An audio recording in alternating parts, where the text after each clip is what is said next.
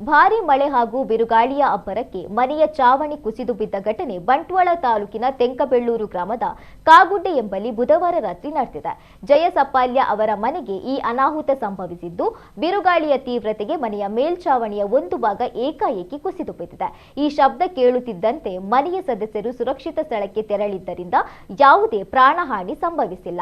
ಇತ್ತ ಮನೆಯೊಳಗೆ ಮಳೆ ನೀರು ನುಗ್ಗಿ ಗೃಹೋಪಯೋಗಿ ವಸ್ತುಗಳಿಗೂ ಕೂಡ ಹಾನಿಯಾಗಿದೆ ಎಂದು ತಿಳಿದು ಬಂದಿದೆ. ಇನ್ನು ಸ್ಥಳಕ್ಕೆ ಧಾವಿಸಿ ಹಾನಿಯ ಬಗ್ಗೆ ಪರಿಶೀಲಿಸಿದ ಸ್ಥಳೀಯ ಮುಖಂಡರು ಸಂಬಂಧಪಟ್ಟ ಕಂದಾಯ ಇಲಾಖೆ ಅಧಿಕಾರಿಗಳು ಪಂಚನಾಮೆ ನಡೆಸಿ ಸರ್ಕಾರದಿಂದ ಸೂಕ್ತ ಪರಿಹಾರ ಒದಗಿಸುವಂತೆ ಆಗ್ರಹಿಸಿದರು. ಹವಾಮಾನ ವೈಪರೀತ್ಯದ ಹಿನ್ನೆಲೆಯಲ್ಲಿ ಶಿಥಿಲಾವಸ್ಥೆಯಲ್ಲಿರುವ ಮನೆಗಳಲ್ಲಿ ವಾಸಿಸಿರುವ ಅಗತ್ಯ ಮುನ್ನೆಚ್ಚರಿಕೆ ವಹಿಸುವಂತೆ ಅಧಿಕಾರಿಗಳು ಸಾರ್ವಜನಿಕರಿಗೆ ಸಲಹೆಯನ್ನ ನೀಡಿದ್ದಾರೆ.